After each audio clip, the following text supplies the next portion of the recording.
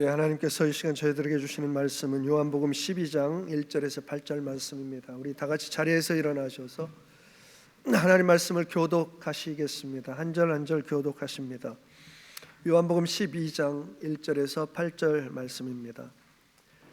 유월절 엿새 전에 예수께서 베다니에 이르시니 이곳은 예수께서 죽은 자 가운데서 살리신 나사로가 있는 곳이라.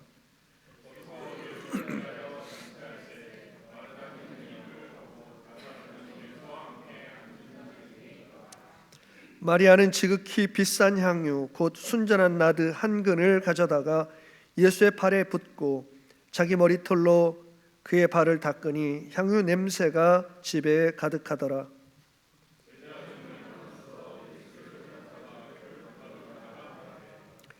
이 향유를 어찌하여 300데나리온에 팔아 가난한 자들에게 주지 아니하였느냐 하니,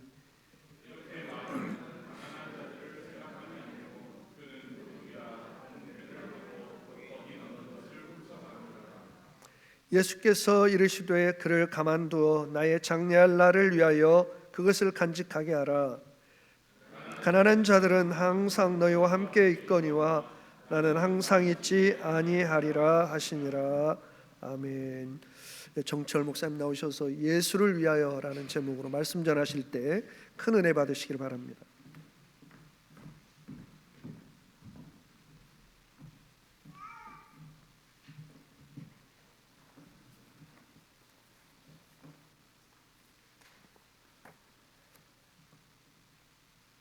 요즘은 목사가 하는 신방받기를 원하는 가정이 극히 적은 것 같습니다. 그래서 신방을 하고 싶지만 신방을 잘 안 하기도 하고 못하기도 하고 그렇습니다. 그런데 목사가 신방을 가고 싶은 가정이 있어요.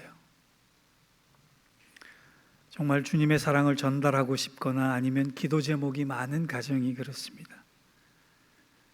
성경에 보면 예수님께서 이적과 치유를 베푸시기 위해 특정한 집을 찾는 경우가 있었습니다. 그런데 복음서를 보면 공생애를 통해 한 집에 세 번 이상씩이나 찾아간 가정은 오늘 본문에 등장하는 나사로가 유일한 가정입니다. 나사로의 입장에서 보면 얼마나 큰 은혜를 입은 가정입니까? 얼마나 큰 복을 받은 가정입니까? 성경은 예수님께서 이렇게 특정한 가정을 사랑했음의 이유를 밝히고 있지는 않지만 제가 생각하기에 나사로의 가정은 결코 행복한 가정은 아니었을 것 같습니다. 왜냐하면 마리아와 마르다 자매가 나이 들었음에도 불구하고 아직 미혼이었어요. 오빠인 나사로도 아내나 자식에 대한 언급이 없는 것으로 보아 독신일 가능성이 큽니다. 심지어 이들의 부모는 언급조차 되어 있지 않았습니다. 그것으로 보아 집안 자체가 영향력 있는 집안은 아니었던 것 같습니다. 한마디로 다른 얘기를 하면 노총각 노처녀가 함께 어우러져 사는 평범한 가정인데 행복한 조건을 가지지 못한, 따지고 보면 아픈 사연이 많을 집일 수도 있다는 생각을 가집니다. 그런데 이들은 전혀 외롭거나 불행해 보이지 않아 보입니다. 오늘 잔치의 분위기를 봐도 어느 집보다 행복한 모습이 역력합니다. 겉으로 봐서는 사연이 많은 집이고 아픔이 많은 집이고 고통이 많은 집 같은데 행복해 보이는 이유가 무엇일까요? 그 이유의 공통분모는 주님의 사랑이 있었기 때문에 그렇습니다. 주님도 그 가정을 특별히 사랑하셨고 그들도 주님을 향해서 특별한 애정을 갖고 있었습니다. 예수님께서 그들의 사랑이 얼마나 특별한지를 인정하신 다음에 뭐라고 말씀하시느냐? 복음이 전파된 곳마다 이 사랑과 헌신이 기념될 것이다 라고 칭찬까지 해주셨습니다. 여러분 부럽지 않으세요? 주님께서 특별한 사랑과 애정을 가지고 지켜보는 가정, 또 다른 사람에 비해서 특별한 애정을 가지고 주님을 향해서 사랑할 수 있다라고 고백할 수 있는 가정. 여러분, 예수님과의 특별한 사랑이 있으면 이렇게 되는 것입니다. 오늘 우리가 보내고 있는 사순절은 지금 나와 주님의 사랑을 다시 확인하는 시간이에요. 주님과의 사랑이 얼마나 깊은지를 다시 한번 점검하는 시간이란 뜻입니다. 그리고 그 사랑이 옅어졌다면 그 사랑으로 다시 뜨거워지는 시간이 사순절기예요. 주님과의 사랑이 깊어질 수 있는 저와 여러분 되시기를 주의 이름으로 축원합니다. 이 사랑을 위해 우리가 무엇을 해야 하는지 본문은 두 가지를 교훈합니다. 첫째, 주님과의 사랑이 깊어지기 위해서 마리아처럼 예수님을 위해 나만의 향유를 준비하는 것입니다. 1절과 2절을 한번 보겠습니다. 6월절 엿새 전에 예수께서 베다니에 이르시니 이곳은 예수께서 죽은 자 가운데서 살리신 나사로가 있는 곳이라. 거기서 예수를 위하여 잔치할새 마르다는 일을 하고 나사로는 예수와 함께 앉은 자 중에 있더라. 저는 이 말씀을 묵상하며 한 단어가 제 가슴에 와서 팍 박혔어요. 바로 2절에 나오는 예수를 위하여란 단어입니다. 복음서에 등장하는 잔치들을 보면 대개 예수님이 손님인 경우가 많습니다. 그런데 오늘 잔치는 처음이자 마지막으로 예수님을 주인공으로 모신 예수님만을 위한 잔치였습니다. 예수님만을 위한 잔치를 위해 마르다는 음식을 준비하고 나사로는 예수님을 대접하고 마리아는 특별한 정결의식을 통해 각각 다른 역할에 자기 잔치를 위한 맡은 바 책임을 다하고 있었습니다. 각기 세 사람은 다른 역할을 했지만, 다른 행동을 했지만 그들 가운데 공통의 마음이 하나 있었는데 그것이 뭐냐? 예수님을 위하여라고 하는 목적입니다.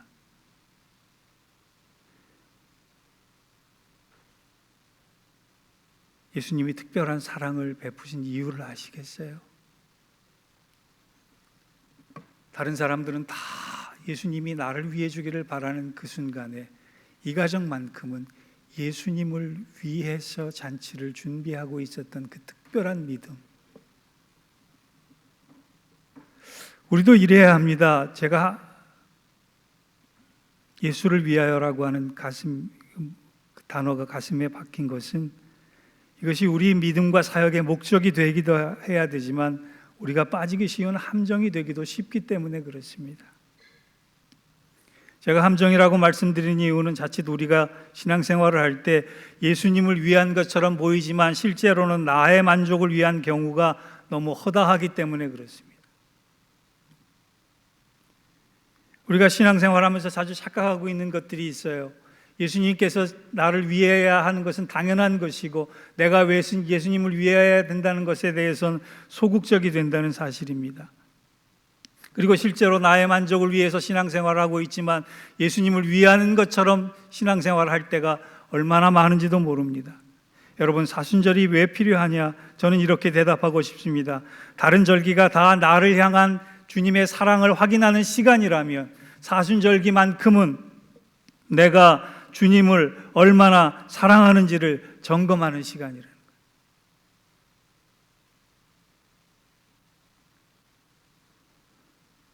학교 다닐 때 질문을 많이 해보신 분은 손 들어보시기 바랍니다. 학교 다닐 때 나는 질문을 많이 했던 학생이야 라고 하는 분 손 들어보세요. 후회하실 텐데 손 안 들어서. 공부를 잘하는 학생들을 보면 대체로 질문을 잘하는 학생이라는 특징이 있습니다. 반면에 공부를 못하는 학생은, 저같이 공부를 못하는 학생은 질문도 안 하고 궁금한 것도 없었던 편입니다. 저는 개인적으로 설교 시간에 질문을 받고 답을 강해하는 형식도 괜찮다고 생각을 합니다. 실제로 좀 그래 봤으면 좋겠어요. 여기서 강단에서 이렇게 높은 데서 외치기보다는 내려가서 여러분과 호흡하면서 질문도 받고 답도 하고 함께 고민하고 함께 문제를 풀어가는 그러한 설교를 좀 해봤으면 좋겠다라고 하는 생각을 자주 합니다. 왜냐하면 어떻게 보면 믿음 생활에도 왜라는 질문이 중요하기 때문에 그렇습니다. 왜라고 하는 질문이 신앙의 답을 찾아갈 때가 참 많아요. 그런데 왜라고 하는 질문조차도 안 하고 믿는 것은 우리가 함정에 빠지기 쉽기 때문에 그렇습니다. 저는 우리가 믿음 생활하면서 끊임없이 해야 될 질문이 세 가지가 있다고 생각을 해요. 첫째는 내가 예수님을 진짜 사랑하는가라고 하는 질문이에요. 둘째는 내가 예수님을 사랑한다면, 진짜 사랑한다면 그 사랑을 어떻게 표현하고 있는가라고 하는. 예수님을 진짜 사랑하는 사람은 그 사랑의 표현이 아마추어라고 해도 진짜 진실한 사랑 때문에 감동할 수 있고 감격할 수 있지만 그 사랑을 가짜로 표현하면 메마르기 쉬운 것입니다. 셋째, 예수님을 사랑한다면 그 사랑의 표현이 헌신으로 드러나는가라고 하는 질문이에요. 입으로만 사랑하기 쉽고 말로만 사랑하기 쉽고 겉으로 드러나는 모습으로만 사랑하기 쉽기 때문에 그렇습니다. 저는 지금도 가끔 생각이 나는 돌아가신 권사님 한 분이 계십니다.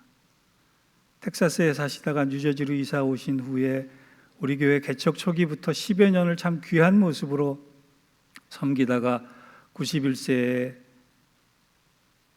천국 가신 안선식 권사님이라고 하는 분입니다.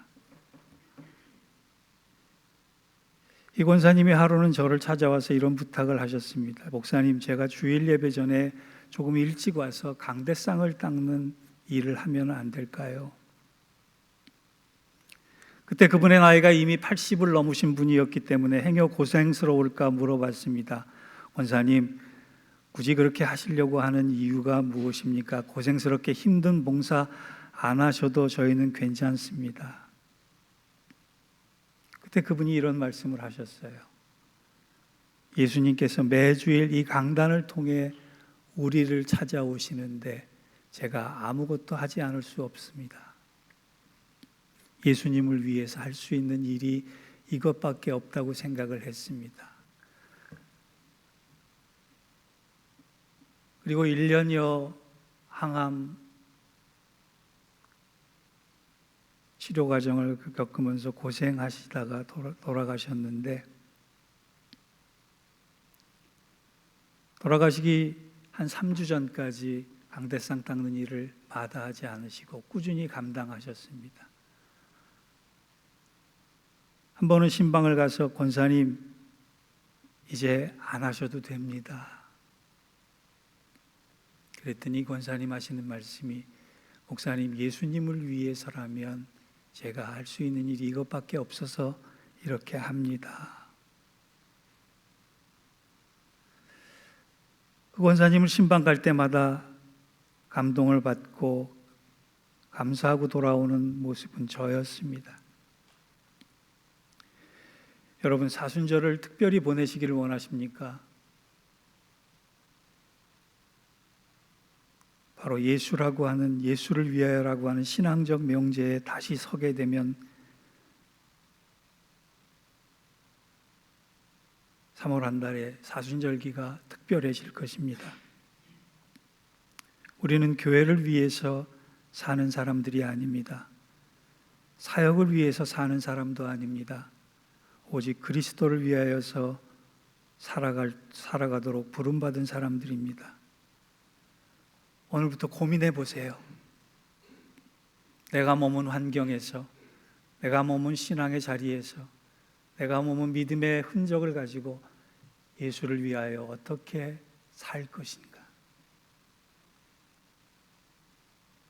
예수가 나만을 위하여 살아야 되는 이기적 신앙에서 벗어나서 내가 예수님을 위해서 어떻게 살아갈 것인가라고 하는 질문을, 그리고 그 해답을 기도 가운데 찾아서 주님을 기쁘시게 하는 나만의 향유를 잘 준비해 드릴 수 있는 귀한 헌신의 성도 되기를 주의 이름으로 축원합니다. 두 번째, 주님과의 사랑이 깊어지기 위해서 향유를 준비하는 것에 그치지 말고 그 향유를 남김없이, 아낌없이 부어드려야 하는 것입니다. 3절을 한번 보겠습니다. 같이 한번 읽어볼까요? 시작. 마리아는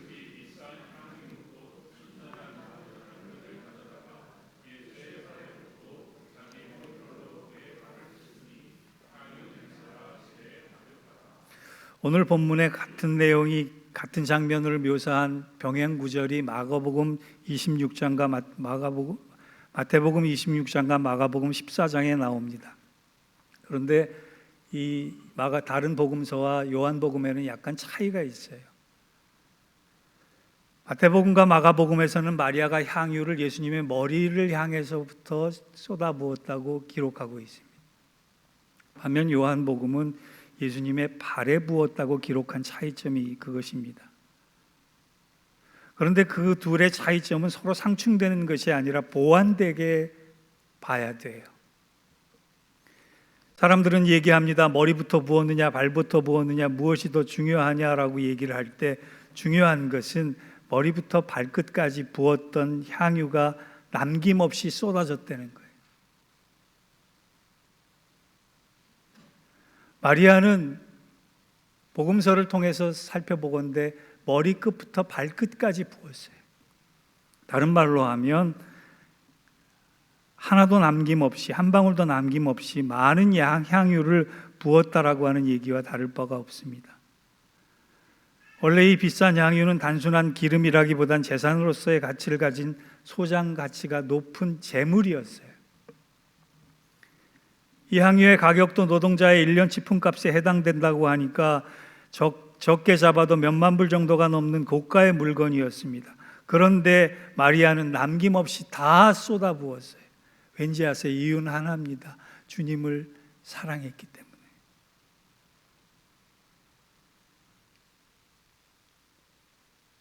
마리아가 옥합을 깨뜨려서 기름을 다 부었다라고 하는 뜻은 다른 말로 하면 마리아의 자신의 사랑을 온전히 다 쏟아부었다라고 하는 말과 똑같은 거예요.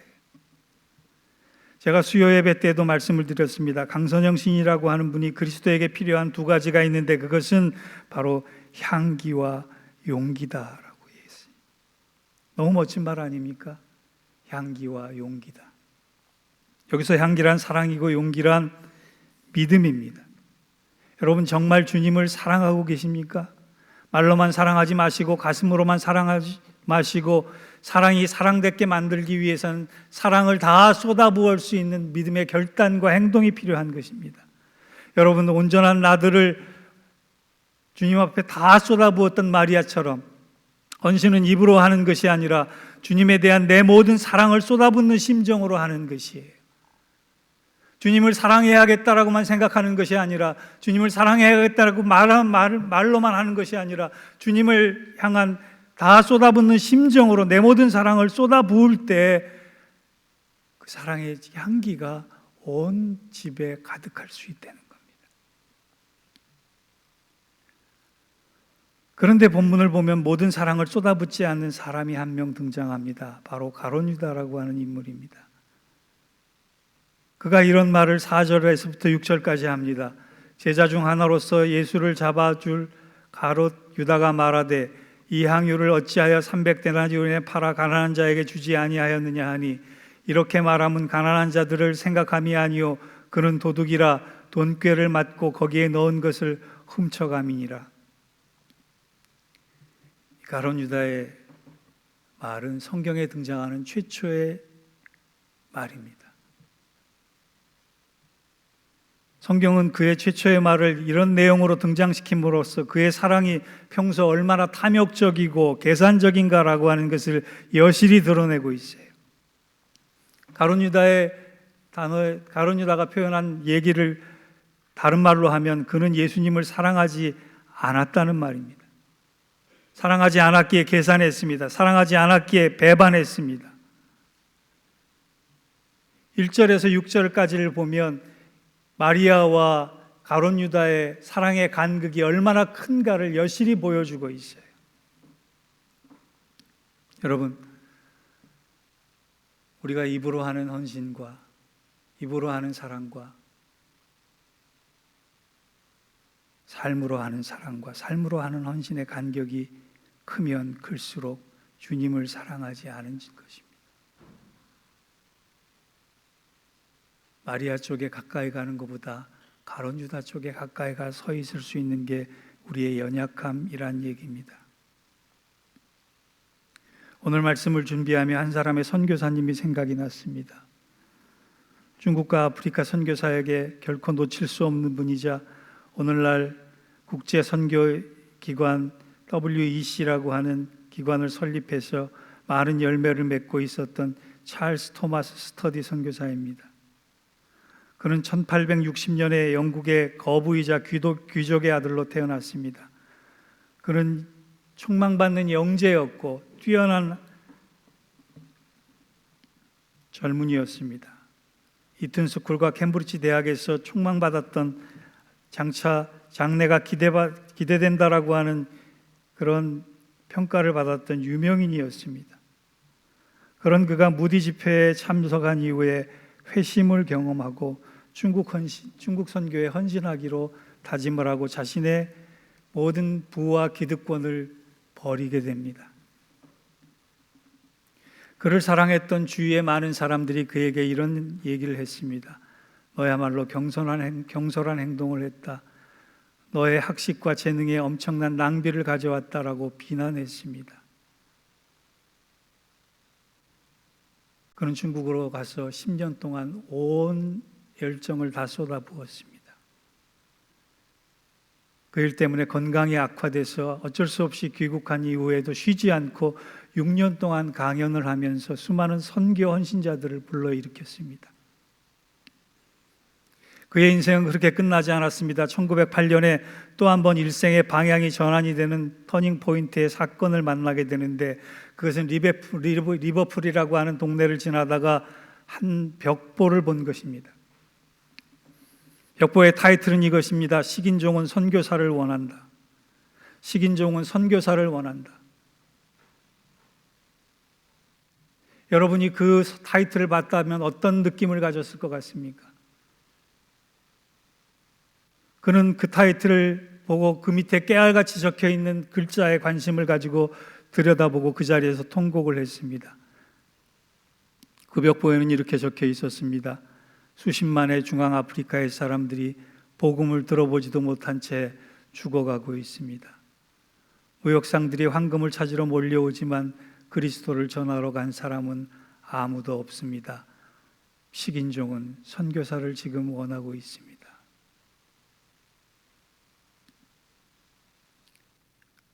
그 벽보를 본 그는 그 자리에 앉아서 통곡을 합니다. 내가 이대로 살 수는 없다. 그는 당시 병약했고 재정적인 뒷받침도 없었고 가진 재산도 없었습니다. 그는 더군다나 나이가 53세에 이르렀습니다. 그럼에도 불구하고 그는 열정의 삶을 다시금 결단하고 아프리카 콩고로 들어갑니다.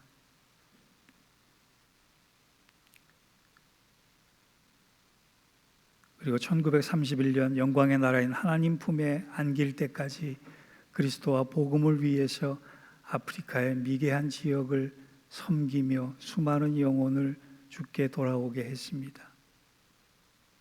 세상은 그를 향해 당신의 인생은 낭비됐고 당신의 인생은 경솔했다라고 평가할 때 그는 이렇게 대답했습니다.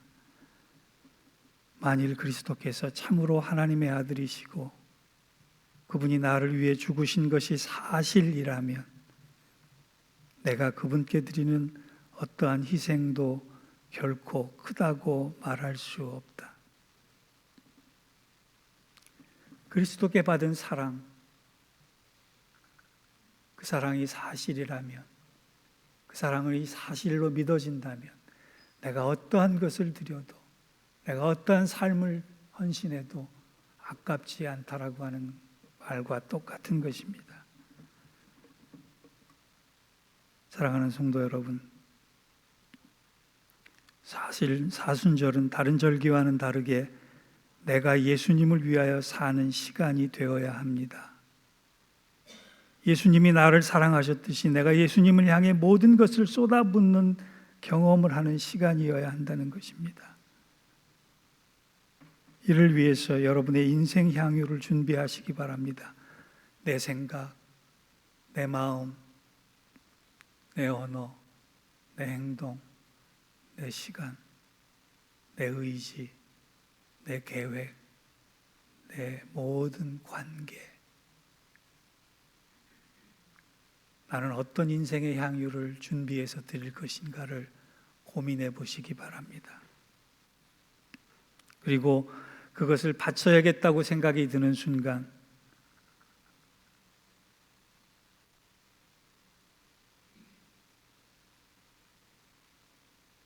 주님을 위해 아낌없이 남김없이 쏟아 부어 보시기 바랍니다.